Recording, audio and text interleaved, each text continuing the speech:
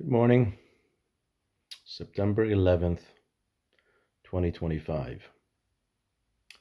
How fitting. All that must and or should be said about the general climate in America, Israel, and around the world today has been by myself in my 6 previous podcasts and by many others. Suffice it to say, it's unprecedentedly bad. Therefore, there is little to add on the heels of this gargantuanly cowardly and despicable assassination of a true giant, and not merely physically. However, seeing as we now mourn a true giant, I am compelled to offer some words not of comfort, as I maintain in all my podcasts and have internally for about 25 years, that ship's sailed, but rather words of wisdom and of eulogy.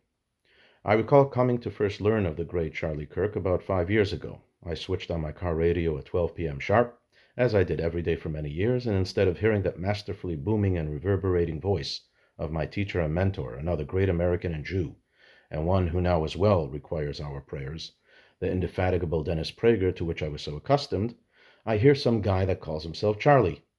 He continued till 1 when Dennis's show returned to the ear. I was infuriated.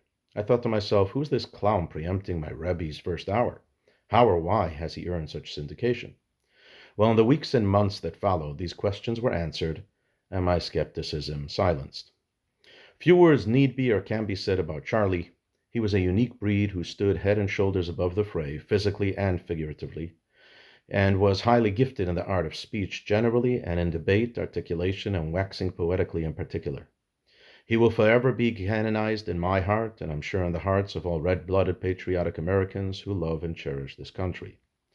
In Judaism, the highest honor one may bestow upon a non-Jew, is the title Chasid Umot Ha'olam, righteous Gentile.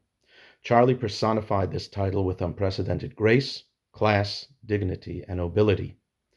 And among all religions of the world, uniquely Judaism assures for such special individuals a portion in the hereafter alongside God's throne. Now, only hours following this horrific assassination, I find myself asking, how could God allow this? What is the sense? Why? And the only true answer that comes to mind is this. Charlie, in only a short 32 years, has accomplished more than most have or will in 320, and his mission in this world, therefore, was completed. This was a pure soul which shlichut, purpose, was to do exactly what he had done in his 32 years on earth. And once a shlichut is completed, God calls back his infantry. The term infantry here being purposeful and applied in its strictest definition. In large part, Charlie's assassination is the direct fault of the left, as is the case with many recent similar attempted assassinations or massacres. The left, i.e. the Democrat Party, is vile, vindictive, vexing, and worthless trash.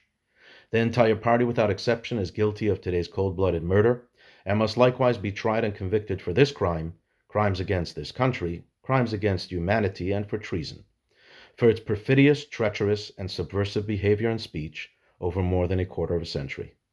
There is simply no pose the left is incapable of striking. I've said it before in all my podcasts and will say it again. It is a mantra by which I live and swear. The bad are incorrigible and the stupid impervious. And although Charlie's heart was in the right place, I wished I had met him to convey this mantra to him.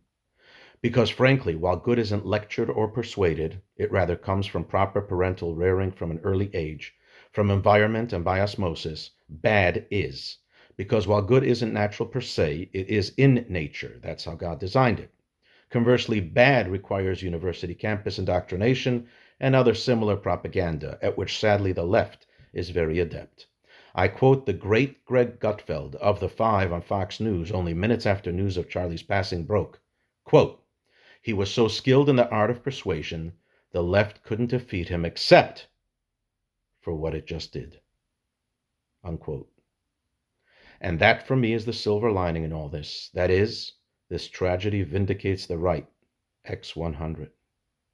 If I were president, I would order Charlie receive a full military funeral with all the accoutrements, including fanfare, regalia, and a 21-gun salute, and be interred in Arlington National Cemetery, for he was a true hero that clearly fell in battle defending this country. As I said in the beginning, I have no words of encouragement, hope, or comfort with which to conclude, as in my opinion, as you shall see from all my previous podcasts, that ship has long ago sailed. We are headed downward, not upward. To a large degree, the left may celebrate as I believe it has won, even if not yet completely apparent, because the left is a cancer which detection only comes at stage 4. And the reason it won is because there weren't enough Charlie Kirks pre-1993, and there certainly won't be any more. Although even if another Charlie were to rise, I'm afraid it's too little too late.